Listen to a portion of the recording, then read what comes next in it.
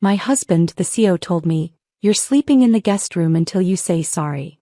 I just nodded and said, "Okay." The next morning he came in and asked, "Have you learned your lesson?" But when he saw my side of the closet empty and the divorce papers on the table, he finally understood who was really in charge. "Who told you could make a scene tonight?" Silas hissed across the white linen as the waiters swept past with silver domes. His smile stayed pinned for the table, but his eyes were knives. The crystal near my elbow trembled a little because my hand wasn't as steady as I wanted. On his right, the young woman with the diamond drop earrings pressed 2 fingers to his sleeve like she owned the fabric. She giggled, soft and polished, and said, "Relax, see.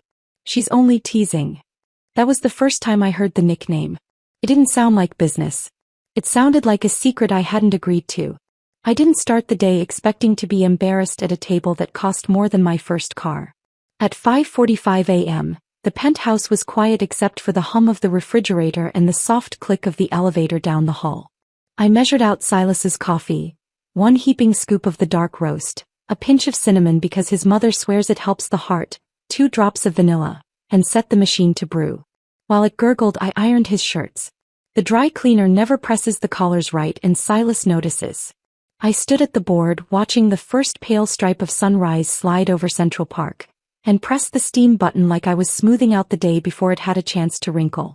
Before we go on, thank you for being here and sharing in this journey of strength and self-worth. If you believe every woman deserves her voice back, hit subscribe. It's free and truly helps. Now let's see what happens next.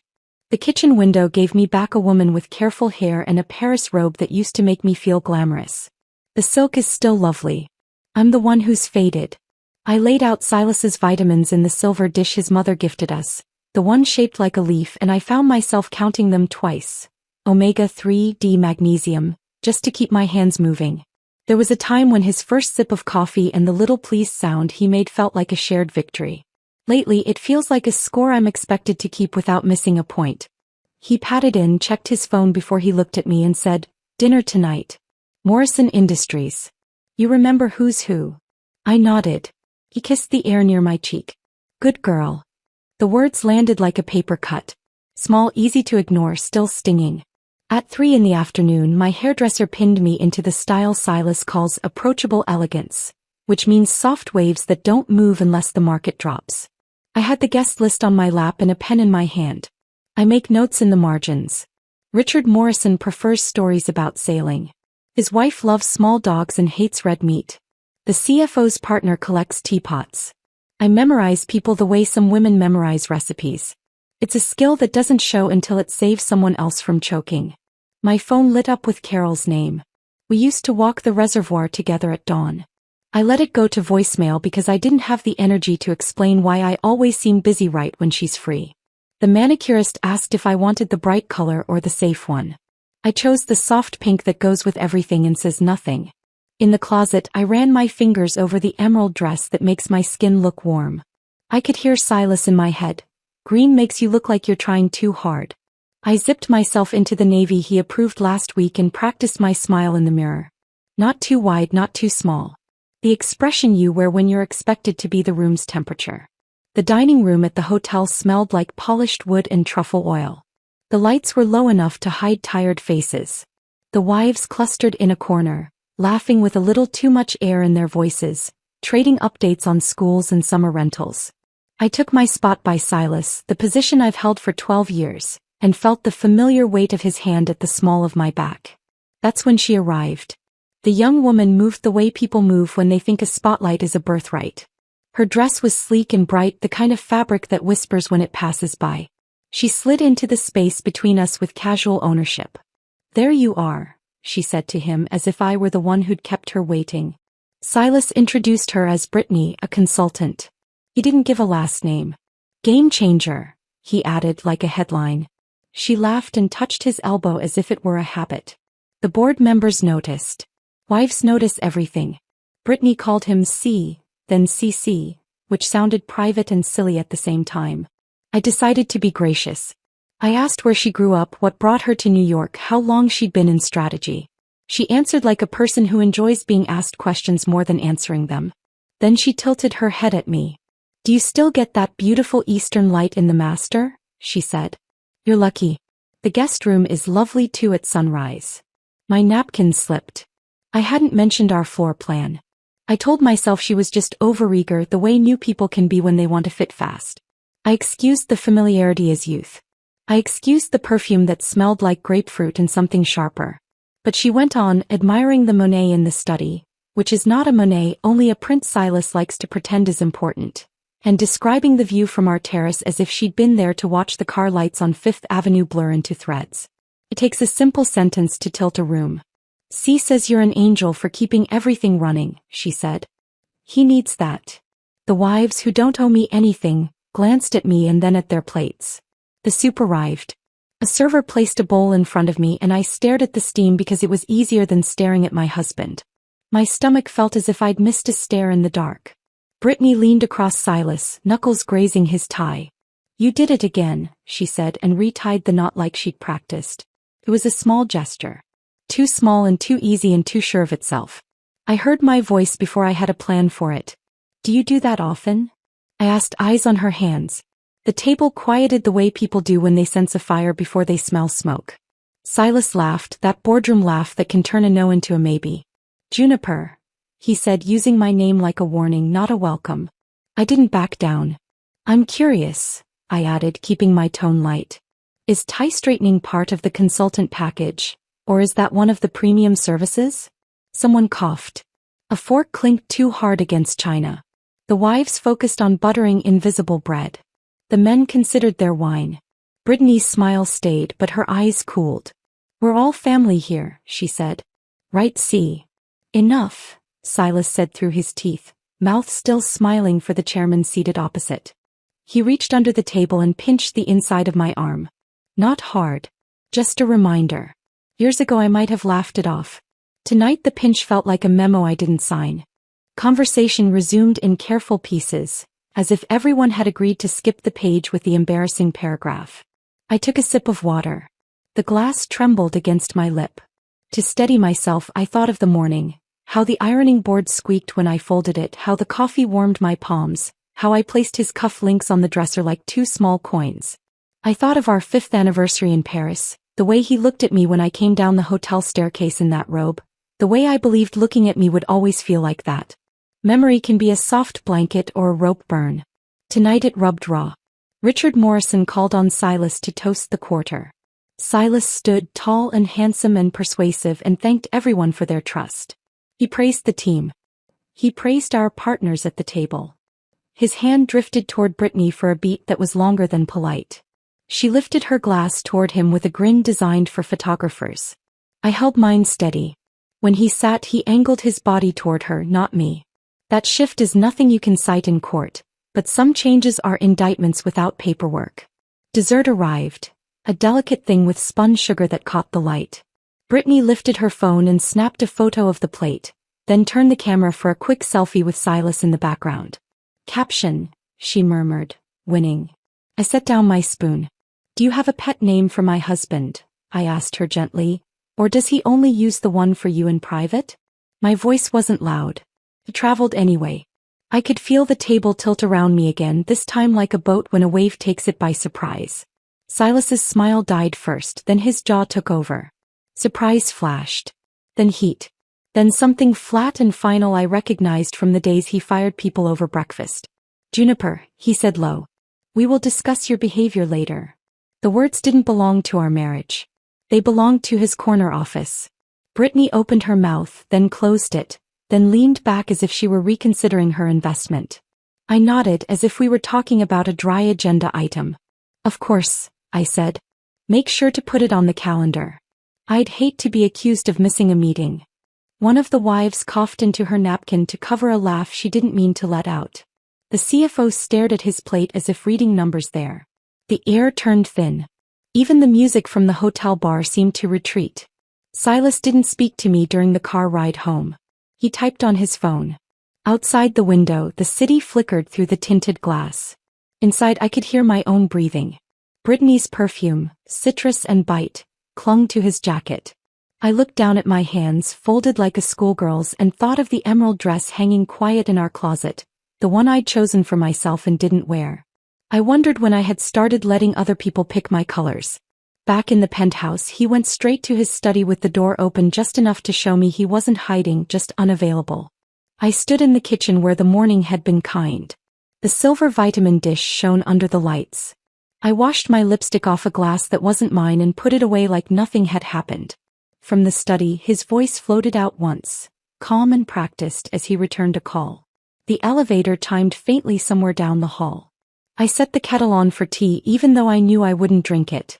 When he finally came to the doorway, jacket off, tie loosened where Brittany's fingers had been, his face was the same one he gives to cameras when he has to talk about losses as if they're opportunities. "We'll address your little outburst," he said, in due time. I met his eyes and nodded, feeling a strange stillness settle over me. It wasn't peace. It was the space before an answer, wide and waiting. I turned off the kettle that had started to sing and let the apartment go quiet again, the city's lights blinking through the glass like a signal I hadn't noticed until now.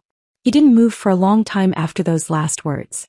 The city lights flickered across his face, breaking him into fragments of gold and shadow, and I stood there holding my grandmother's coat, wondering when silence had become our most fluent language. The air between us felt too heavy to breathe. He finally exhaled and said in that careful, polished tone he uses when investors are watching, "We'll discuss your behavior." Then he turned his back on me and walked toward the bedroom, as if the rest of the night were a meeting he could adjourn at will. The door closed behind him. The click wasn't loud, but it carried the kind of finality that makes your skin prickle. I stood in the hallway for a long time, staring at the reflection of the chandelier on the marble floor. The apartment suddenly seemed too large, too bright, too silent. Somewhere in the distance, a horn blared from the street below. The city kept moving, indifferent, while I felt like someone had pressed pause on my life. When I finally walked into the bedroom, Silas was still in his tuxedo, sitting at the edge of the bed, scrolling through his phone. The bow tie hung loose, the jacket draped over a chair like a skin he'd shed. He didn't look up when I entered. "You embarrassed me," he said, his voice measured, quiet. "In front of my board. In front of Morrison." I didn't answer. The pearls at my ears felt too heavy, so I unclasped them carefully and placed them on the nightstand. My hands shook, not from fear but from a strange mix of exhaustion and clarity. He finally looked at me, then eyes flat, mouth tight. "You've been reckless. Petty. Do you realize what you've done?" He stood and began pacing the way he does before a big negotiation. "I can't have this. I can't have you jeopardizing everything I've built. Until you can conduct yourself appropriately, you'll stay in the guest room." He might as well have been talking about a business partner who missed a deadline. The words were so sterile, so detached I almost laughed. But instead I just said, "Okay." He blinked, thrown off by my calm. "You'll stay there until you apologize. To me and to Brittany." That one almost broke my silence. To her? To the woman who knew the view from our bedroom? But my tongue stayed still. I swallowed the words, felt that metallic taste rise like biting foil. "Okay," I repeated softly. His eyes narrowed. He wanted a reaction. I gave him none. When I turned away to hang my robe, he muttered something under his breath, something about ungrateful. I let it fall between us like a stone. That night I gathered a pillow, a thin blanket, and my phone. The guest room door creaked when I pushed it open. The space smelled faintly of lavender and furniture polish, untouched since my mother's last visit. I stood in the doorway for a moment, realizing this was the first time in 12 years I'd entered a room in my own home without asking, "Will he mind?" The bed was smaller, the mattress firmer. I sat down and let my shoulders drop. The silence wasn't lonely, it was strange but not empty. I could hear the city through the cracked window, a siren somewhere far away, the rhythmic click of a crosswalk signal, the low hum of engines below. Silas's white noise machine wasn't here to drown it all out. I lay back, fully clothed, and stared at the ceiling. The chandelier's glow leaked faintly through the hallway, forming a soft halo across the wall. For the first time in years I reached for the lamp and switched it on, just because I could. I picked up a novel from the side table, one I'd bought months ago and never dared to open after Silas said reading before bed made me too distracted. The pages whispered as I turned them. I read until my eyes burned. Around 3 a.m. I wandered into the guest bathroom, where I'd hidden an old kettle for visitors. I filled it with tap water and waited for it to hum. Steam curled upward, ghostly and light. I poured tea into a mug that said Barnard Alumni, one-eyed kept tucked behind the fancy china because Silas hated mismatched things. The first sip was bitter, too strong, but it tasted like freedom. At some point I caught my reflection in the mirror. My hair was coming loose, makeup smudged, eyes red, but there was something new there too. Not beauty. Not strength exactly. Just me, stripped of performance. I'd forgotten what that looked like. I crawled back into bed and pulled the blanket over my shoulders. For the first time in years, I fell asleep without waiting for someone else's breathing to dictate mine. The light through the guest room window was softer, warmer than the filtered glow in our bedroom. It fell across the antique writing desk beneath the window, my grandmother's desk. I hadn't used it since the move. Dust shimmered on its surface. After a shower, I sat down at it with a pen and a pad of stationery from some forgotten hotel. I began writing without thinking. At first it was a list, small things, my practice, my friends, my name, then larger things, my choices, my time, my peace. Each word felt like dragging out a thorn. My handwriting started neat, then loosened as the ink began to flow. I wrote about the charity events, the weekends spent smiling at people who only addressed me as Mrs. Blackwood, the dozen dinners where I laughed at jokes I didn't find funny because I could feel Silas watching my reactions.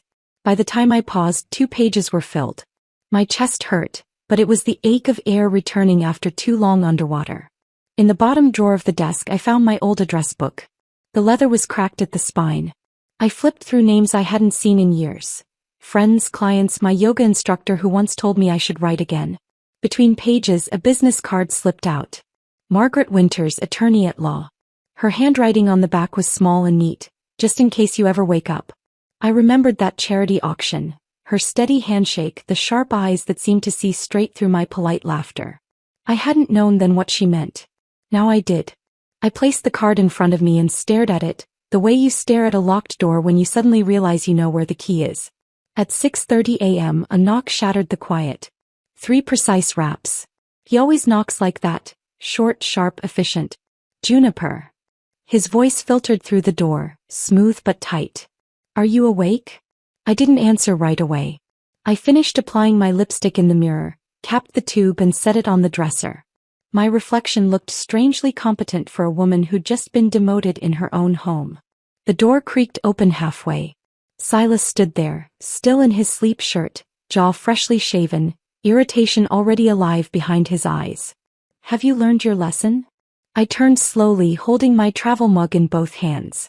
The smell of coffee filled the small room. Pie lesson? I asked evenly.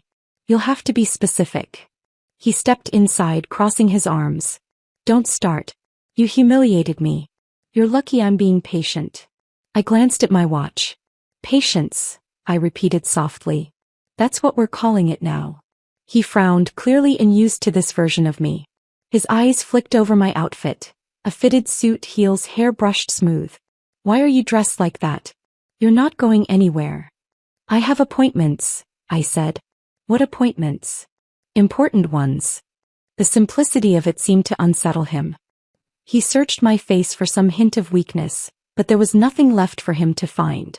I brushed past him, my shoulder grazing his arm, and headed for the kitchen. He followed me halfway down the hall. Juniper, don't be ridiculous. I slipped my travel mug into my bag. Good advice, I said, keeping my voice gentle. You should try it. He stopped then, caught between anger and confusion. You think you can just ignore me? I think, I said, opening the door to the elevator, you'll be surprised by how much I can do. The elevator doors closed before he could reply. As the floor numbers dropped, I leaned back against the wall, feeling my heartbeat slow.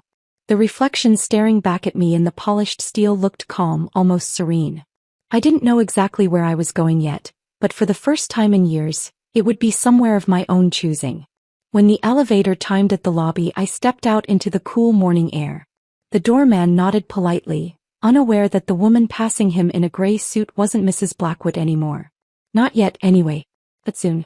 The morning air felt cooler than usual as I stepped onto Fifth Avenue, the traffic humming like a restless symphony. I hadn't planned where to go first, only that I couldn't go back. The city had a different texture now. Sharp, electric, alive. Every step away from that penthouse felt like crossing an invisible border. I took the subway for the first time in years, slipping into a corner seat between a woman in scrubs and a man reading the financial section. Nobody looked twice at me, which was oddly comforting. I watched my reflection flicker against the dark tunnel glass. Hair neat, lipstick steady, eyes alert.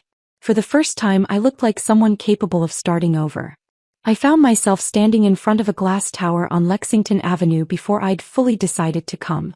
42 floors of polished ambition. Margaret Winter's office.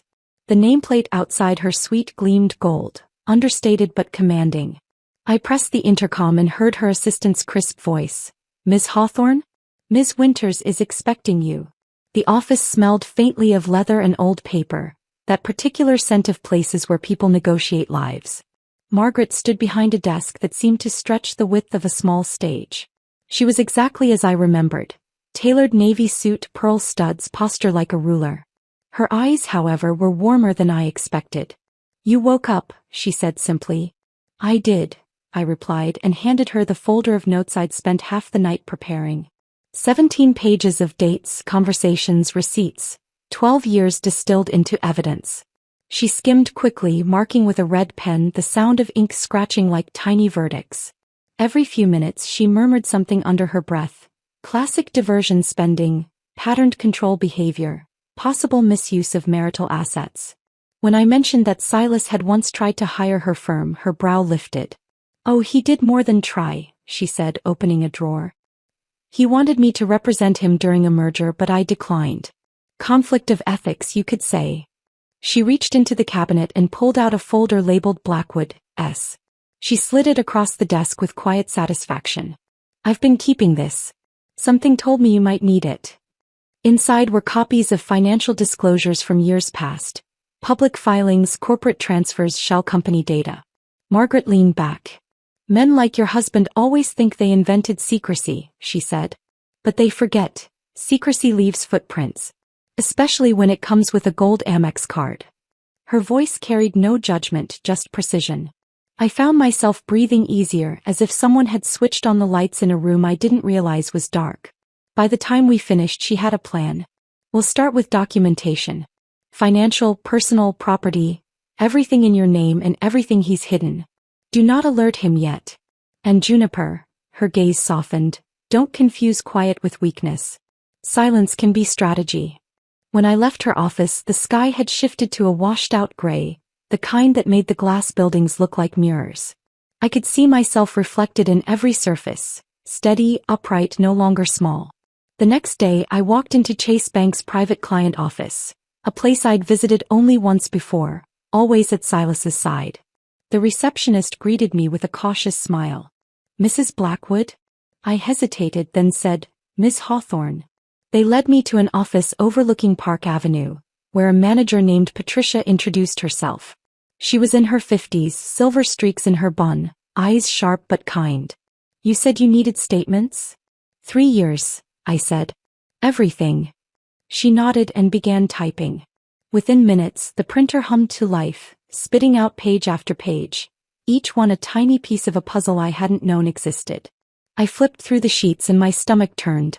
Jewelry purchases from Tiffany's on my birthday, none of which I'd received. Hotel charges at the St. Regis, the Ritz, the Carlyle, always during his so-called conferences. And then, tucked among business expenses, a line that made me pause. Personal training services, Brittany Hale. I stared at the amount. Monthly. Steady. Hidden under wellness. I felt Patricia watching me. She didn't ask questions, but her silence was the kind that understands too much. "There's more," she said gently. "ATM withdrawals. Always Tuesday afternoons. Cash exact amounts. It's patterned." I hadn't noticed. I'd been too busy managing his calendar, his dinners, his public smile. The tears came without warning, quiet but unstoppable. Patricia wordlessly slid a box of tissues across the desk. "You're not the first woman to come in here with this look," she said softly. "But you might be one of the few who walks out stronger." I wiped my eyes and exhaled. "I need new accounts," I said, my voice steadying. "Ones he can't touch." He smiled approving. "Let's make that happen." We set up everything under my maiden name. New passwords, new security phrases, new beginnings disguised as banking tasks. When I left, Patricia handed me a folder and said, "Keep this safe. And remember, money tells the truth people won't." 2 days later, I returned to the penthouse during Silas's work hours. The place smelled faintly of cedar polish and his cologne, remnants of a man who thought ownership meant permanence. The sommelier arrived precisely at noon, a tall man with silver hair and a calm authority that comes from decades among bottles older than both of us combined. "Mr. Blackwood requested I appraise the collection last year," he said, setting up his clipboard. I raised an eyebrow. "I wasn't aware." He chuckled. "They rarely tell the wives. But I'm glad it's you I'm working with today." We moved through the temperature-controlled cellar together. He read off labels like sacred verses, Chateau Margaux, Petrus, Lafite, Rothschild. Then he paused at one empty slot. The 1982 Margaux. Beautiful case. Delivered to a Tribeca address last month. I froze. Tribeca. Yes. For what Mr. Blackwood described as a client event. He glanced up. Though I recall that address belongs to a residential building, not an office. He didn't elaborate further, but the unspoken words hung in the air like condensation. By the time he finished cataloging, the collection's worth was staggering. He photographed each label, documenting everything meticulously. Before leaving, he handed me a copy of the list. "You'll want this," he said. "In my experience, the wife usually gets the collection in the end. Men who cheat," he smiled ruefully, "always underestimate the inventory." After he left, I walked through the penthouse slowly. Every object seemed to hum with new meaning. The art, the rugs, even the untouched piano. None of it felt like his anymore. That evening, as I waited in the lobby for a delivery truck, Thomas the doorman spotted me. "Evening, Ms." He paused, uncertain, then smiled. "Miss Hawthorne." I blinked, surprised. "You remembered." He shrugged. "Always liked that name better." He hesitated, glancing toward the elevator before lowering his voice. "I've been keeping something for you." He reached into his jacket and pulled out a small black notebook. The cover was creased, corners bent from use. "Started this about a year ago. Didn't feel right what I was seeing. Thought you might need it someday." Inside were neat handwritten notes, dates, times, little details. Returned with young blonde, not Mrs. B. Left 11 p.m., said emergency meeting, back 6 a.m. Delivered flowers to lobby for Hale. My throat tightened. "Thomas, why?" He rubbed his neck awkwardly. "'Cause you were always kind. You'd ask about my daughter when nobody else remembered her name. I figured if things ever went wrong up there, you'd need someone who saw it all." I closed the notebook gently. "Thank you," I said. The words felt too small. He smiled faintly. "Just glad to see you standing taller these days." As I stepped outside to meet the moving truck, the city wind swept across my face, cool, alive, and honest. For years I'd thought silence kept the peace, but silence had only kept me invisible. Now every truth I uncovered felt like a brick in the foundation of something new. The driver called my name and I turned, notebook clutched to my chest. The headlights reflected in the glass doors behind me, and for the first time, I saw not Mrs. Blackwood, but Juniper Hawthorne standing on her own ground. The driver called my name and I turned, notebook pressed to my chest, still feeling the weight of Thomas's quiet faith. The truck idled at the curb, exhaust curling like breath in the cool air. I tucked the notebook into my bag, nodded to the men, and kept walking. If I stopped long enough to think, I might lose my nerve. So I didn't.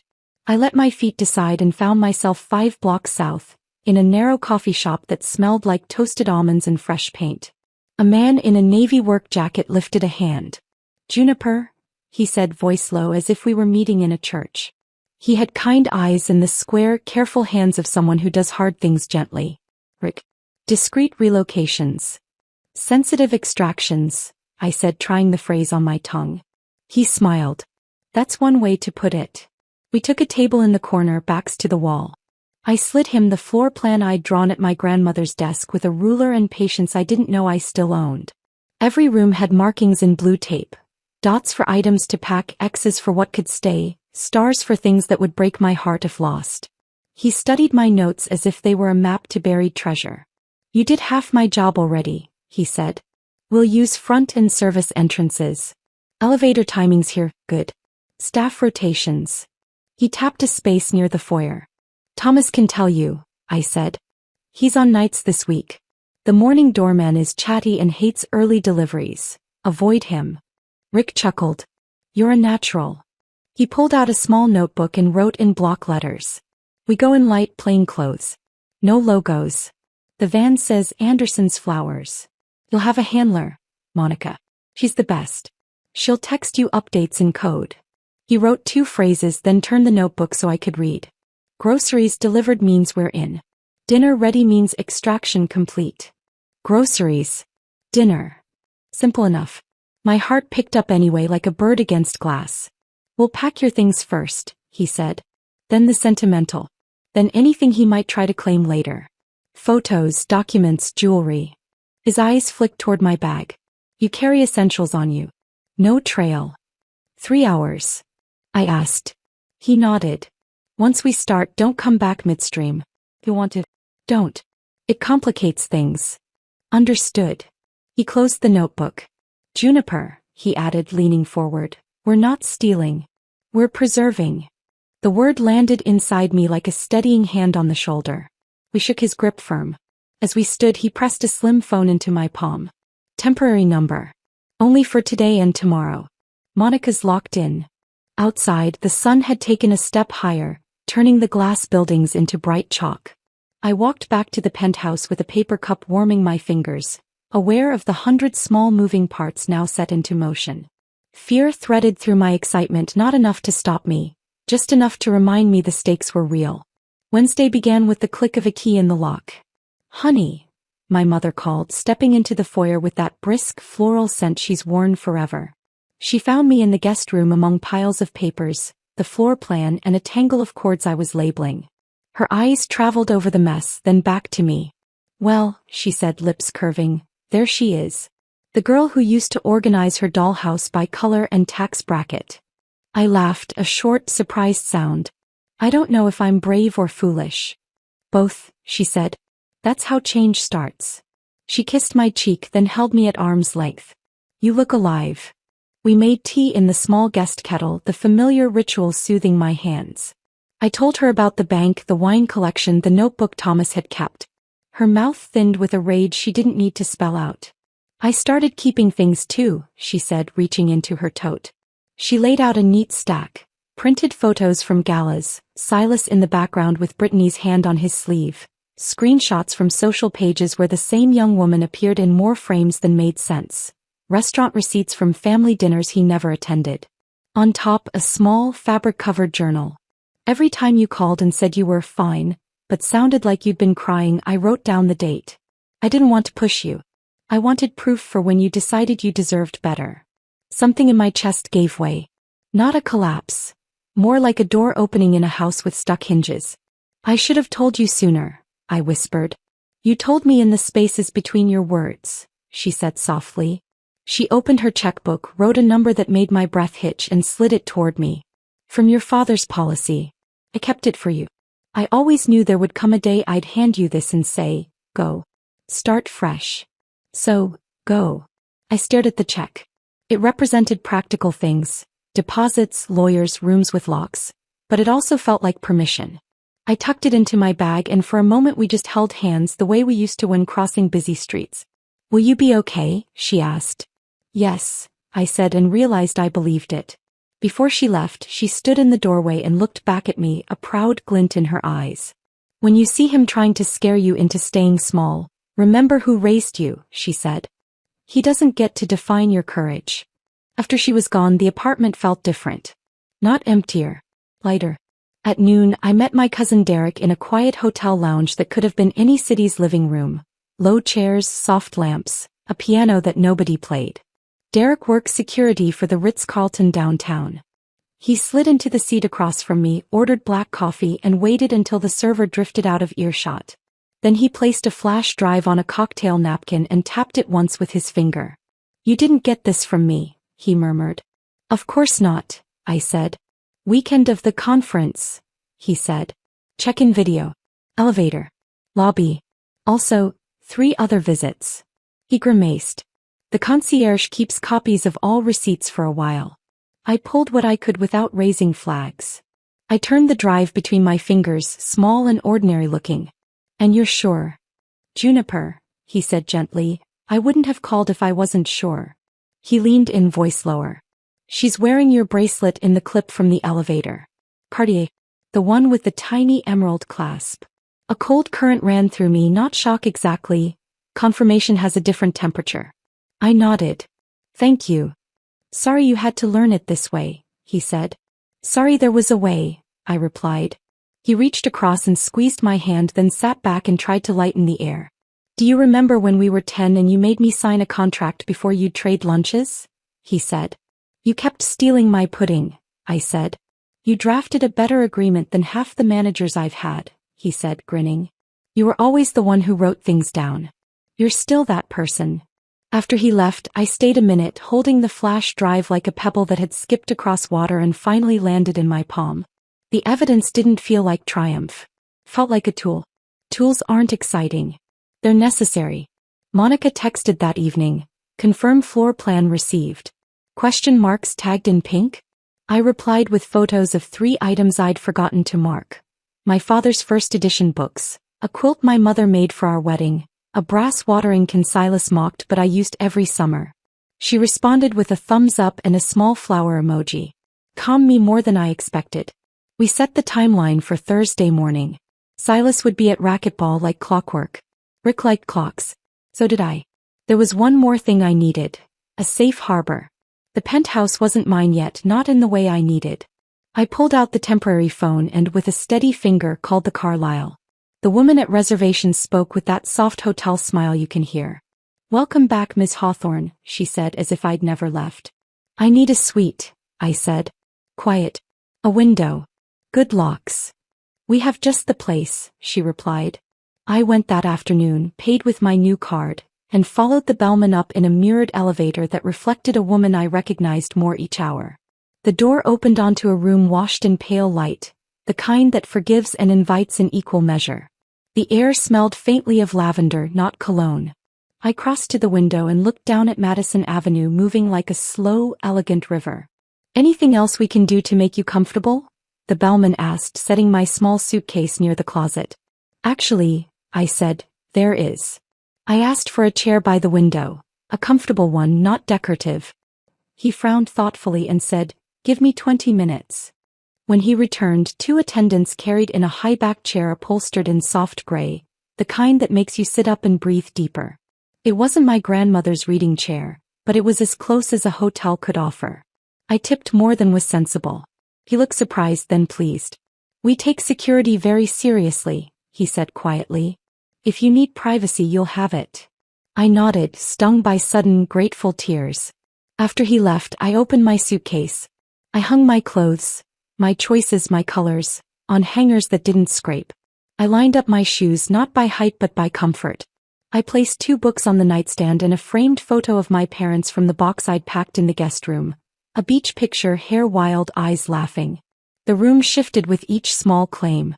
As dusk crept in, I brewed the hotel's peppermint tea and sat in the gray chair, feet tucked under me, the city's hum filtering through the window. I set the flash drive on the table beside the new bank folder, the notebook from Thomas, my mother's stack of printouts, and the list from the sommelier.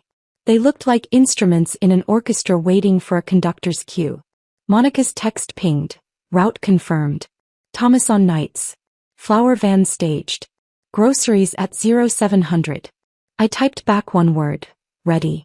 I ordered a simple dinner, chicken soup and a small salad, and ate it at the tiny desk, realizing I hadn't tasted food properly in days. A breeze slipped in through the barely open window, cool and clean. I pulled my hair down and brushed it out slowly, not because someone expected me to look a certain way but because it felt good. Before bed, I stood in the doorway and looked at the room the way a person looks at a friend who's offered a couch for the night. Grateful, a little shy, relieved. I turned off the lamps one by one and slid into sheets that didn't carry the memory of anyone else. The pillows smelled like soap and nothing else. No past, no performance. For the first time in longer than I can remember, I slept without dreams. When I opened my eyes at dawn, the light on the ceiling was gentle and sure. The city already buzzed below. Delivery trucks, a bicycle bell, heels clicking on the sidewalk. My phone glowed on the nightstand with a single message from Monica. Groceries delivered. I sat up, heart thudding, and placed my feet on the cool floor. The The thrill and the fear rose together like two notes finding harmony. I took one breath, then another, and reached for my suit. Today, I thought, is the day I steal back my own life. Groceries delivered. The message glowed on my phone in the gray Carlisle light. I sat up, the room quiet except for the muted rumble of delivery trucks on Madison. Calm slid over me like a well-fitted coat. The fear was still there, useful, alert, but it no longer ran the show. I dressed in a simple slate suit, flats for speed, hair pulled back. The bellman nodded when I passed the desk as if we shared a secret. Outside, the morning had that polished look the city wears after a light sweep of rain. I hailed a cab for the 5-minute ride. Walking would have left me too much time to think. Thomas was on post when I stepped into our lobby. "Good morning, Miss Hawthorne," he said, voice low. His eyes flicked toward the curb. Parked there was a van lettered Anderson's Flowers in cheerful script. 2 men in dark windbreakers unloaded tall buckets with nothing inside them. A third wheeled in a stack of flat boxes tied with twine. "He left 10 minutes ago," Thomas added. "Lucky Polo." He looked very pleased with himself. "Thank you," I said. The words had to carry everything. Gratitude, resolve, the knowledge that after today I would owe fewer explanations and more dinners and thanks. Monica appeared by the male alcove, all plain ponytail and clipboard, the kind of woman you'd overlook until the world depended on her. "Morning," she said like we were meeting for coffee. "Elevator A is timed. We'll stage first loads in the service corridor. You go up now, regular car, no stops." She tapped her watch. "We're on your schedule, not his." Upstairs, the guest room was exactly as I'd left it. Papers squared, pens lined up, the bed still neat from a night I didn't spend here. I walked to the master bedroom and stood at the window. At 6:45, right on cue, Silas's Tesla slid from the garage. Even from above I knew the set of his shoulders, the pep in his posture when he believed the day belonged to him. He paused at the curb to adjust his wristband, checked his reflection in the tinted glass and drove off. I lifted my coffee mug in a small toast to the taillights and whispered, "Godspeed," as if blessing a ship that wouldn't be returning to this dock. Below, dog walkers traced their usual routes. A runner in a neon jacket waved to our porter. The ordinary world kept moving while mine changed shape. The first coded ping arrived. Vases on table. I opened the front door. 2 movers in dark jackets slipped past me without a word, rolling a dolly as if it held roses, not bubble wrap. Rick followed with a quiet nod, then peeled off toward the dining room. The apartment filled with that soft, industrious orchestra of careful people. Tape whispering, cardboard settling, footsteps that avoided squeaks. In the kitchen, a young mover named Louise held up a photo I hadn't marked. A picture of my parents on a Ferris wheel, faces turned to the sun. "Take?" he asked, neutral and gentle. "Take," I said. He smiled, slid it into a folder and made a small check mark on his list. That single act felt like a benediction. Monica texted from the lobby. "Hydrangeas leaving. First run done." I moved through rooms with Rick at my shoulder. "China first," he said. "Breakables early while nerves are fresh." He lifted the lid of my grandmother's china cabinet as if it were a hymnal. The team wrapped each plate in bubble sleeves, labeling in neat block letters. "Hawthorne China, box 3 of 9. Watching gloved hands cradle those delicate pieces, I felt an odd mixture of heartbreak and pride, like seeing a child off to college. In the study, 2 movers donned cotton gloves to handle my father's first editions. "Spine up," one murmured to the other. They slid thin sheets between covers and stacked them in museum crates that locked with a soft click. I brushed my fingertip along the title of a worn copy of Middlemarch and said mostly to myself, "My father read me the first page like a bedtime story." The mover nodded without looking up. "Mine read heist novels," he said. "Seems appropriate today." We shared a quick wry smile. Another ping. Window box herbs collected. I pictured the little terracotta pots on the terrace. Basil, mint, the stubborn cherry tomato vine I coaxed through August. Silas used to call them your farm. The team had found the brass watering can too. Monica sent a photo with a question mark and I typed back, "Yes." A moment later. Pack. We were 3 hours into the ballet when I opened the closet and saw the safe. It crouched on the floor behind suits lined like soldiers. My mouth went dry for a second, not from fear, but from the weight of what comes when you choose to look. I knelt, entered the combination, our wedding date of course, and the bolt slid back with a small, obedient sigh. Passports. Birth certificates. Insurance policies. The will. I laid each on the carpet and photographed them with my phone. Then I found the thing I'd almost forgotten existed, the prenup. Thick, officious, smug on cream paper. Margaret had already told me it would crumble under daylight, but I took photos anyway, every page, every signature. Behind it, bundled in a ribbon so dry it cracked, were my letters. The ones I wrote him when marriage still felt like a new country. He hadn't opened them. Dust marked the edges like a quiet verdict. And there, in a velvet box pushed to the back, I found my grandmother's emerald ring. Silas once shrugged and said, "It must have been misplaced in the move." Misplaced had been his tidy word for so many things that didn't suit him. I lifted the ring out, the stone catching the morning light, and slipped it onto my finger. It settled as if it had been waiting. Monica pinged. Lily's refreshed. Second wave. I placed the prenup back in the safe, let him look at it and remember how certain he'd been, and took the passports, birth certificates, the ring, and my father's pocket watch, tucking them into my crossbody. I closed the safe, twisted the dial to an unfamiliar number, and felt my spine lengthen. A small snag. The housekeeper, Alma, arrived with a basket on her arm. She paused in the entry, eyes widening at the flower boxes and tape. "Senora," she whispered.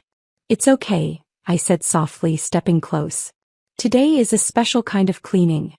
She looked at me for a long second, reading more than I was saying. Then she squared her shoulders. "I make sure no one bothers," she said, and took up a post by the door like a guardian. I pressed cash into her hand and she shook her head, then tucked it away without looking. "You were always kind," she murmured. The sentence warmed me for the next hour. At noon Rick checked his watch. "Halfway," he said. "We're ahead." He pointed to a small gallery wall in the hall. "These."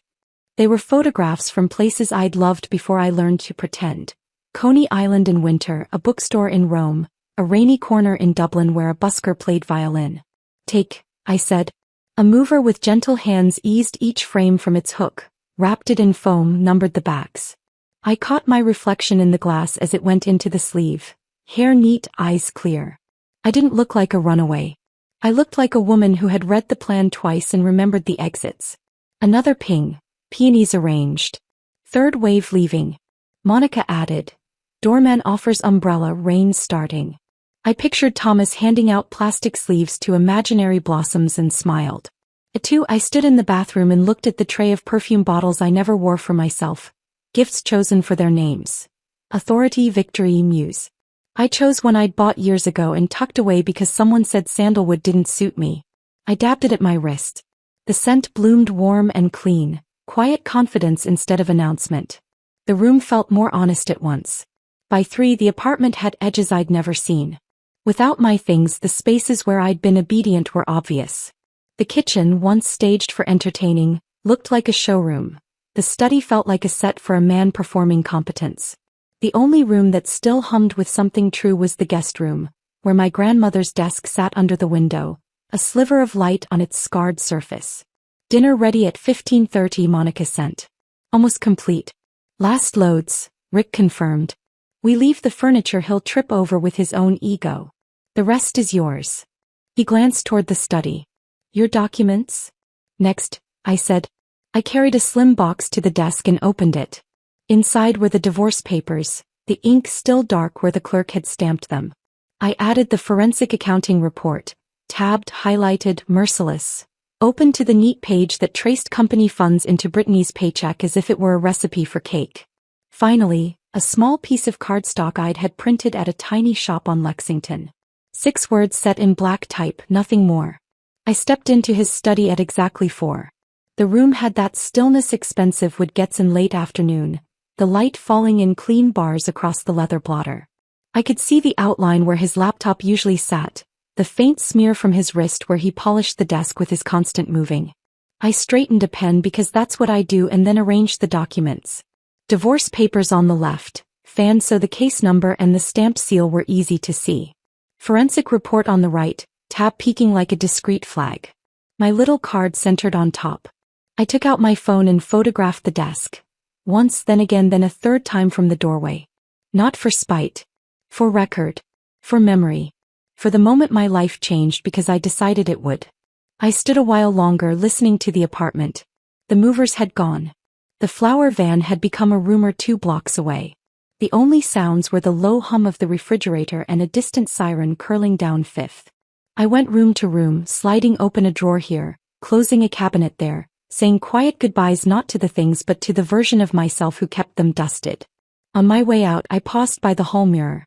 A woman in a slate suit looked back, a ring with a dark green stone catching the last light. I adjusted the collar of my jacket and lifted my chin. Not defiant. Not afraid. Just decided. At the door I tucked Thomas's notebook deeper into my bag and turned off the lights. The elevator arrived with a soft ding. As the doors closed, I caught a final glimpse of the study's doorway, the papers waiting on the desk like a clock chiming the hour. Downstairs, Thomas handed me an umbrella. Little shower, he said. Should pass. Everything all right? He added, a question wrapped in 3 ordinary words. Everything is in its place, I said. He nodded once, satisfied. I stepped out into the light rain. The city smelled like wet stone and possibility. I didn't look back. Rain slicked the streets, pooling light from passing taxis into ribbons of gold and red. My umbrella clicked shut as I entered the building. The doorman gave me a small nod, solemn knowing, and pressed the elevator button before I could. The ride up felt longer than usual, the quiet hum of the machinery almost like a held breath. When the doors opened, the penthouse greeted me with stillness. The air smelled faintly of cedar and the faint ozone left by recent vacuuming. My shoes made soft sounds on the marble. I set the umbrella against the wall, the handle dripping a slow rhythm. Upstairs the silence broke. A door slammed. Then another. The rhythm of footsteps, fast, angry, disbelieving, pounded through the ceiling. I stood in the hallway below, my tea still steaming on the table where I'd left it, and listened to the moment my husband's world stopped making sense. He moved in frantic circles above me. Closet doors opening, drawers sliding, hangers clattering. Every sound sharper than the last. And then the stillness that followed, the kind of silence that announces understanding. I sipped my tea, let the warmth sit on my tongue. I didn't need to see him to picture the scene. Empty closet, missing belongings, the gaping absence where control used to live. The first word reached me like a distant echo. Juniper. Drawn out, clipped with disbelief. It wasn't a call. It was an accusation. He found me minutes later. The door to the guest room burst open with the drama of a courtroom. Silas filled the frame, his tie askew, his face the color of bad news. The precision he wore like armor at board meetings was gone. His hair was mussed, his eyes bloodshot, the careful polish cracked through. "What the hell is this?" he demanded. His voice was lower than I expected, ragged around the edges. "Where are your things? What have you done?" I set my cup down carefully on its saucer. "I've relocated," I said. He blinked, disoriented by my calm. "Relocated? Don't play games, Juniper. Where's everything? Where's our property?" "Mostly in storage," I said, folding the edge of a paper on the desk beside me. "Somewhere climate-controlled, you'll be glad to know." He stared, chest rising and falling, his hands flexing uselessly at his sides. "You can't just take." "I can," I said evenly. And I did. Every item was legally acquired during our marriage. Every removal properly documented. He took a step closer, lowering his voice to that dangerous, controlled tone, the one he used when a deal started slipping through his fingers. "You think you can humiliate me like this? Do you have any idea what this looks like? To my colleagues? To Morrison?" "Yes," I said, meeting his gaze. "Like accountability." For a moment he looked almost frightened, then angry again. "You've lost your mind. You've gone completely irrational." I stood and smoothed my jacket. "Irrational?" I echoed. "Silas, I've executed a strategic restructuring of personal assets. You should appreciate the phrasing, you taught it to me." He blinked as though the words didn't belong in my mouth. "This isn't a negotiation, Juniper. This is a disaster." "Not for me." He paced to the window, then back. "You'll regret this. I'll make sure of it. I'll have every lawyer in the city on retainer by morning." I tilted my head. "You might want to save the retainer money for your criminal defense fund." He froze mid-step. "What's that supposed to mean?" Before I could answer, my phone lit up on the desk. Margaret's name flashing across the screen. Perfect timing. I picked it up and tapped speaker. Juniper, Margaret's voice came through, smooth and sharp. I assume you're with him? Silas moved closer, posture shifting into his CEO stance, that false confidence he wears like cologne. Margaret, he said, cutting in, whatever nonsense my wife has told you. I'm not your employee, Silas, she interrupted. And she's not your wife much longer. I'm calling to inform you that we've submitted evidence of embezzlement to the board. His mouth fell open slightly. That's absurd. Charges will be reviewed Monday, she continued, unbothered. We have documentation tracing acquisition funds into a personal account in Brittany Hale's name. I believe you used the label, consulting fees. Care to clarify? Color drained from his face so fast it was almost theatrical. Those were business expenses, he stammered. She was under contract. Then you'll have no problem producing deliverables, correct? Margaret's tone was almost kind. The board looks forward to seeing them. He grabbed the phone from my hand. Margaret, listen. She cut him off with the precision of a surgeon. I've been listening to you for years, Silas. Now it's your turn. Her voice softened, but only slightly. You should know, there are witnesses too. The CFO, for instance. And we've already arranged for forensic review of your company card. There's no negotiating out of this. He stood perfectly still, breathing hard. When she hung up, the silence came back, thick as smoke. He handed me the phone with a trembling hand. You think this makes you the hero? He said. You've destroyed everything. My reputation, my company. No, I said quietly. You did that. I just made sure someone finally noticed. He turned away, one hand pressed to his temple, the other clutching the edge of the desk like the room might tilt. You don't understand what you've done. You can't walk away from this. You owe me. I laughed once, low and sharp. Owe you? He faced me again, eyes wild. Yes. Every success I built you benefited from. You lived in this penthouse, wore the clothes, went to the dinners. You think you can rewrite history now? I'm not rewriting anything, I said. I'm finishing the last chapter. He took a step toward me. Juniper, don't do this. Do what exactly? He hesitated, looking suddenly small like a man trying to negotiate with gravity. I picked up my grandmother's cashmere coat from the chair, draped it over my arm and looked him squarely in the eye. You told me once that marriage is about managing assets. You were right. I just didn't realize I was one of them. His mouth opened, closed, opened again. I didn't give him the chance to find words. I learned from you, I said. Efficiency, timing, tone. You're very good at winning, Silas. You just never noticed when the game changed.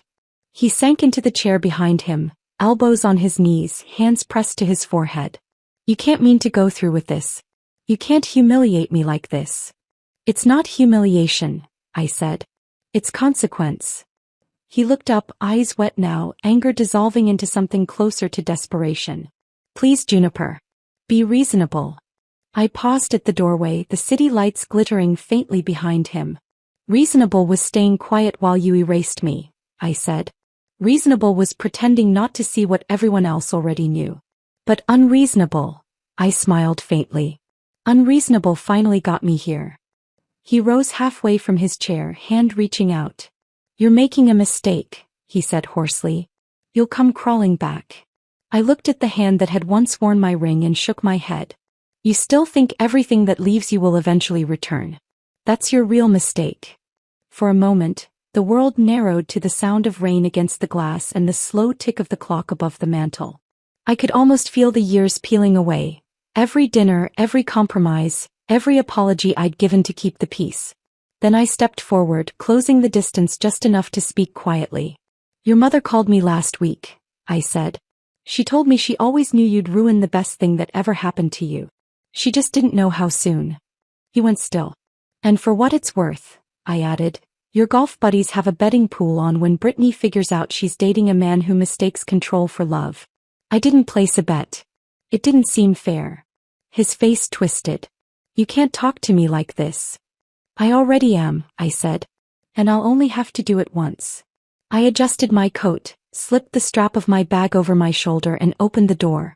Behind me, I heard him say my name again, softer this time, like maybe it could anchor me. It didn't.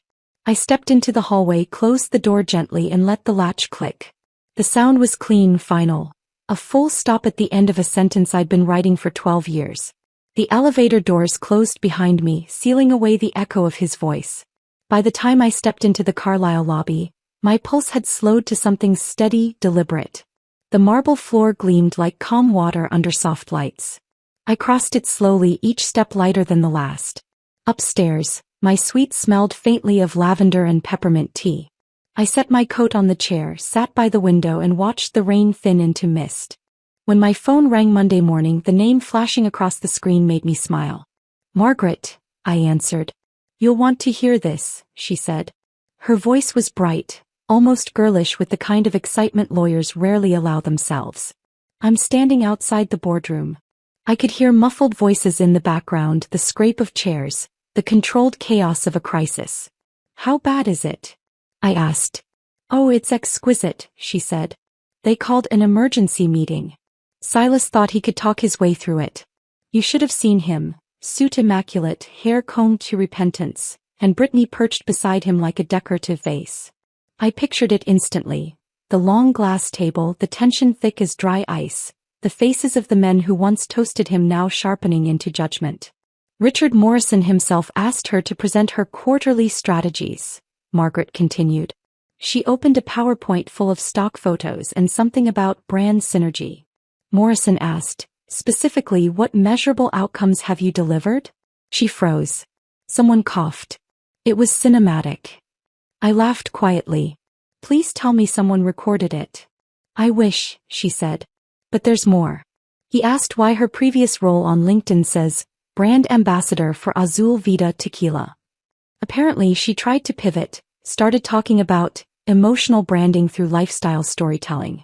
Morrison asked if that meant free shots at corporate retreats. "Oh God," I murmured. She tried to look at Silas for help. He looked like he wanted to melt into his chair. By the time it ended, the board voted to place him on administrative leave pending an investigation. A pause, then a faint rustle of paper. "One of the assistants just texted me," Margaret said. "You'll love this." A buzz followed on my own phone. A message from an unfamiliar number. "The king has fallen, bottle with popping cork." I couldn't help it. I laughed until tears stung my eyes. "Tell her she has excellent timing," I said. "Juniper," Margaret said, her voice softening. "You did it." "No," I said, exhaling. "He did." Tuesday arrived quiet, gray. I was halfway through my tea when someone knocked on my suite door. The knock was urgent, uneven. I opened it to find Brittany standing there, mascara streaked, hair limp, designer bag clutched to her chest like a life raft. "Please," she said before I could speak. "He's being horrible." I didn't know where else to go. I let her in. She hovered by the window, eyes darting everywhere. "He cut off my accounts," she said. "Said I violated some agreement. He made me sign an NDA months ago, and now he's threatening to sue me if I talk." Her voice cracked. "He said it's my fault this happened." I gestured toward the chair. "Sit down, Brittany." She did, fumbling for a tissue from her bag. The trembling in her hands made her bracelets jingle. "He promised me," she whispered. "He said he was leaving you in January. He even showed me houses in Connecticut. He said we'd be partners." I studied her face. The panic, the disbelief that someone could be both charming and cruel. It was a look I knew well. "He's been paying my rent," she continued, "but now he wants it back. Said I benefited unfairly." "Who says that?" "Silas," I said. Her eyes lifted, wet and wide. "He said I'd ruined him. That you," she faltered, "you're vindictive. That you turned everyone against him. He's turning on you now because you're no longer useful," I said gently. She swallowed hard. "Do you hate me?" I considered the question. "I did," I said finally. "For a while. But hate gives him too much credit. You were just another part of his collection." A tear slid down her cheek. "I thought I was special." "So did I said. For a long moment the only sound was the rain against the window. Then I reached into my purse, pulled out a business card and slid it across the table. "Margaret Winters. Call her. Tell her everything." She looked down at it, confusion flickering into realization. "You're giving me your lawyer?" She's good at cleaning up after men like Silas, I said. Her shoulders sagged, some of the panic leaving her face. I don't deserve your kindness. This isn't kindness, I said softly. It's closure. When she left, she paused at the door. For what it's worth, she said, he's terrified of you now. Good, I said. He should be. The next visitor came the following morning, announced by the crisp knock of someone who doesn't wait to be invited. I opened the door to find Eleanor Blackwood standing in a perfect camel coat, pearls at her throat, eyes cool and assessing. Mrs. Blackwood, I said. Eleanor, she corrected, stepping inside. We're well past the formalities, don't you think? She glanced around the suite, her gaze pausing on the books stacked by the window. Nice space. Peaceful. That's rare in this city. I gestured for her to sit, but she remained standing, reaching into her structured handbag. I didn't come to apologize for him, she said, pulling out a thick manila folder, though heaven knows someone should. He handed it to me. Inside were photocopies, old court records, settlement documents, names I didn't recognize. What is this? I asked. His past, she said simply. The parts he didn't bother to erase. I scanned the pages. Divorce papers. The first marriage he claimed was annulled. Notes from an HR department about a harassment claim settled quietly. A second, less formal payment labeled consultant exit fee. I kept them, Eleanor said, sitting finally. Her voice had softened, but her posture stayed upright, spine like iron. I told myself it was for protection. But I think I just couldn't bear to throw away the evidence of who my son really was. I looked up at her. Why are you giving them to me? Because you're the only one who ever stood up to him, she said. And because you're about to be the one who finally holds him accountable. Something shifted in her expression then. Regret, yes, but also relief. His father was charming, she continued. He could talk his way through anything. But Silas, he inherited the ambition without the grace. I raised him to think success made him safe. It didn't. She stood, smoothed her coat. I don't expect forgiveness, Juniper. But I am sorry, for you, for the damage he's done. Before I could speak, she stepped forward and surprised me with a hug, brief, firm, almost motherly.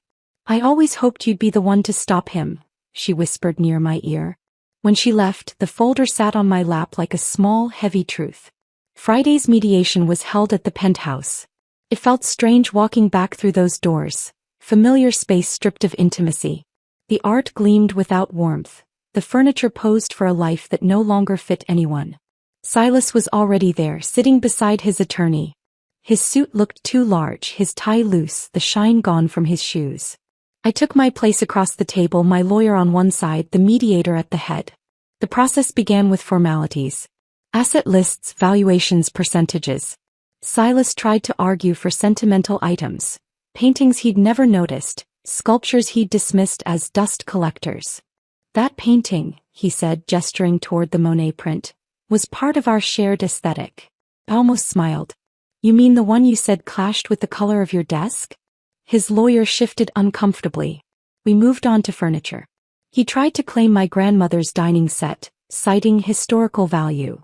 I produced an email he'd written 2 years ago calling it old garbage we should donate. Silas leaned back, jaw tightening. You've turned everything into evidence. No, I said quietly. You did that when you made everything transactional. The mediator cleared his throat. Let's stay civil. We did barely. Every object carried a memory. Every claim was another small severing. At one point his attorney asked about a photo album, our honeymoon in Italy. I looked at it, worn edges, smiling faces from a lifetime ago. You can keep it, I said. Those people don't exist anymore. For the first time all morning Silas looked at me, not the papers. There was something raw in his expression. Remorse maybe, or just the recognition that the performance was over. When the final signatures were placed, the mediator gathered the folders. That concludes the division, he said. I stood, smoothing my jacket. The penthouse felt smaller now, the air thinner. As I turned toward the door, I caught a glimpse of the study down the hall. Empty desk, faint outline where my papers had rested. Silas's voice followed, soft, uncertain. Juniper. I paused but didn't look back. Take care of yourself, Silas, I said. You're going to need it. And then I left him there, surrounded by the fragments of the empire he'd built and broken with his own hands. The hallway swallowed the soft click of the study door, and I walked toward the elevator without looking back. The air smelled faintly of lemon polish and rain carried in on people's coats. When the doors slid open, my reflection in the brushed steel looked steady, almost serene. I pressed lobby, folded my hands, and let the elevator carry me out of the life I'd kept alive far too long.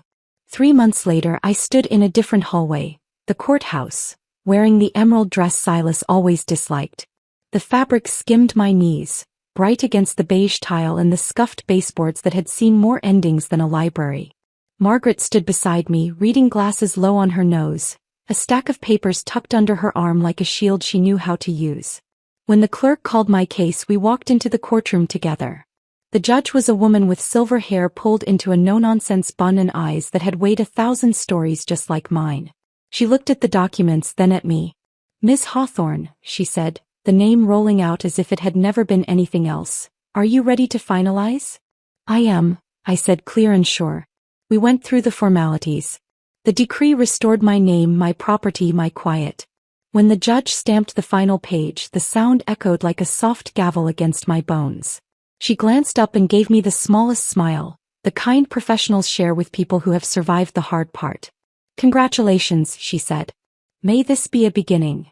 Outside the courtroom, Margaret hugged me in the corridor. "We didn't just win," she said in my ear. "We closed the book." She handed me a copy of the decree, then another file with neat tabs. "For your records," she added. "The settlement, the accounting, and, my favorite, the findings regarding misuse of company funds. That particular chapter will trail him like a long tail on a comet." We walked down the courthouse steps into winter sun. The city felt different at that hour, less hurried, as if taking a breath between meetings. I raised my face to the light. My name was mine again. It fit like a coat I'd grown into. The penthouse key was heavy in my palm that afternoon when I let myself in. Empty rooms hold their breath differently after a storm. I walked through each space quietly. The study no longer felt like a set. The guest room, my room, was filled with boxes labeled in my hand, not his. I opened one labeled desk top drawer, and took out my grandmother's fountain pen. It wrote in smooth blue lines on crisp paper, and my first word under my restored name looked steady: Juniper. A week later, I signed a lease on a small office on the Upper West Side. Second floor, sunlight that flattered no one and hid nothing, paint still drying in the corners. I peeled protective film off the door plaque and pressed on the letters myself. Juniper Hawthorne LSW, consultation. I'd put my license in a frame years ago and tucked it away because a wife didn't need such things, or so I'd been told. Now it hung at eye level. The room smelled like fresh paint and possibility. I chose chairs that invited conversation instead of performance, a round rug that warmed the floor, a bookshelf that held more than decor. The receptionist desk stayed small by choice. No gatekeepers here, just a woman with kind eyes named Tessa who baked lemon bars for nervous clients and remembered how everyone took their tea. On the first morning, I brought in a vase of grocery store tulips and set them by the window. They opened as the sun moved along the wall, like a promise blooming on schedule. My first client was a woman in a navy coat who kept her hands folded until they ached. She had seen my name in the society pages. Silas's fall made for a story people read with coffee and a shake of the head, and she wanted help leaving a man whose voice lived in her own bones. She sat on the gray chair, stared at the rug's pattern and asked, "How did you know you were ready?" "I didn't," I told her. "I just knew I wasn't willing to stay." We talked until the tightness in her jaw softened. When she left, she pressed my hands in gratitude and whispered, "I'll be back next week." She was, and so were others, 12 by the end of the month. Women who knew private schools and private pain, women who needed a plan more than sympathy. I built binders with tabs and phone trees and resource lists. We practiced hard conversations in my office until they sounded like truths instead of apologies. Not every story was neat. One client went back twice. Another changed the locks, then called me at midnight to say the silence felt loud. I kept tissues on the side table and a bowl of peppermint candies by the door because sometimes small sweetness makes bravery easier to swallow. Between sessions, I opened the window to let in the hum of Broadway. The bus brakes, a bike bell, someone singing off-key down the block. The city had always been a chorus. I could hear it again. Around month 6, a pale green envelope arrived at my office with no return address. Inside was a card with a watercolor tree on the front. The handwriting surprised me, rounded letters, hopeful and young. Juniper, it began. I wanted you to know I'm okay. I'm in Vermont running a small yoga studio. Turns out I'm better at breathing than branding. Thank you for the wake-up call even if you didn't mean it for me. There was a photo tucked into the fold. Brittany in leggings and a sweater, hair in a messy bun, cheeks flushed, standing under a wooden sign that said Mountain Breath Yoga. Next to her, a bearded man in flannel held a mug, his smile quiet. On the back of the photo she'd written, his name is Jake. He reads poetry. He has never owned a suit. I think that's the point. I didn't write back. I didn't need to. I set the card on the bookshelf beside a small carved bird my mother found at a flea market. Later, when a client told me she felt ashamed for not seeing a pattern sooner, I thought of Brittany's face and said, we see things when we're ready. Not before. Spring arrived in fits and starts, sunny Tuesdays and stubborn Thursdays. The day of my book launch I woke before the alarm, excitement ticking in my body like a friendly metronome. We titled it The Guest Room Revolution, a phrase that made Margaret grin the first time she heard it.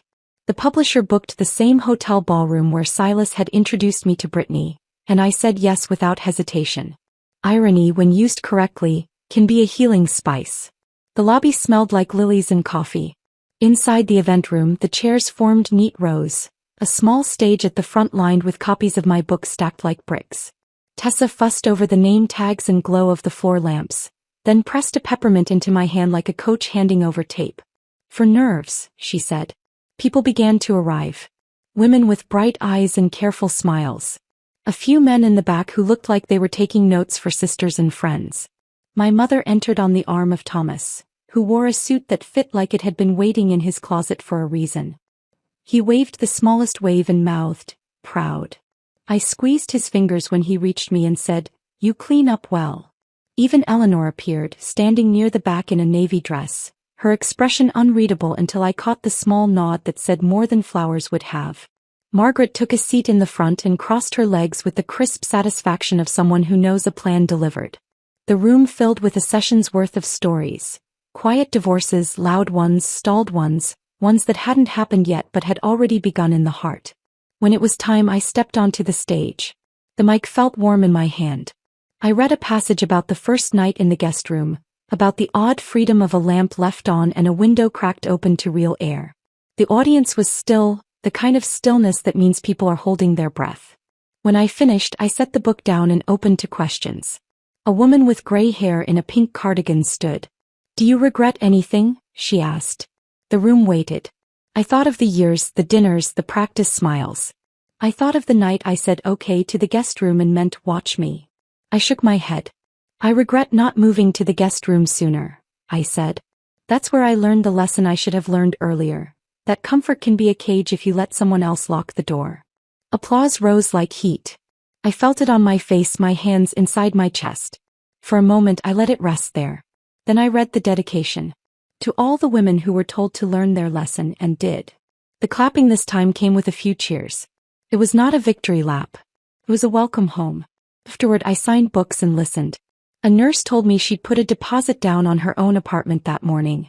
A teacher said she'd saved my article about documentation as a checklist. A woman about my age squeezed my hand and whispered, "Thank you for showing me that the person in the mirror can change." When the room thinned, Thomas approached shyly with a copy for me to sign. "To the best doorman in New York," I wrote, then added, "and the quiet hero of the lobby."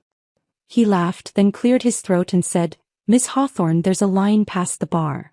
As I packed up, the hotel lights glowed a little warmer. I walked to the window where months ago I'd watched a younger version of myself navigate a different kind of evening. Outside, the city moved in the way it always does. Hurrying, pausing, colliding, forgiving. My phone buzzed with a text from Tessa. "Tomorrow, 3 new clients. Also, your mother wants pancakes." I smiled. Pancakes sounded like a plan. That night, back at the penthouse, I climbed the stairs and paused at the threshold of the guest room. The desk sat under the window exactly as before, scratches and all.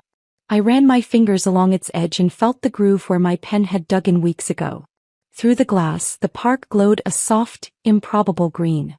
I opened the window a few inches and breathed in the mild night air, the scent of damp leaves, a hint of pretzel cart, a stray note from a saxophone somewhere down the avenue. On the dresser, my grandmother's emerald ring caught a line of streetlight and threw it back in a small, satisfied wink. I turned off the lamp, slid beneath the sheet and listened. Not for someone else's footsteps or someone else's breath. For the city, for my own quiet heart keeping time. I slept without bracing. In the morning, sunlight poured across the floor in that clean way it does when a day hasn't yet been complicated by anyone's expectations. I walked to the kitchen, made coffee the way I like it, and set 2 plates on the counter for pancakes because my mother would arrive with a newspaper and opinions. I caught my reflection in the microwave door, hair messy, eyes bright, mouth ready to smile, and felt that gentle certainty again. The person who controls the boardroom isn't always the one who controls the board. Sometimes it's the one who owns the building. And sometimes the best takeover is the one where you take back your own life, one room at a time until the whole place belongs to you. If this story of power, freedom, and payback gave you chills, make sure to hit that like button right now. My favorite part was when Juniper calmly placed those divorce papers on Silas's desk. Pure poetic justice. What was your favorite moment? Share it in the comments below. And don't miss more stories of courage, reinvention, and sweet revenge. Subscribe and tap that notification bell so you never miss the next one.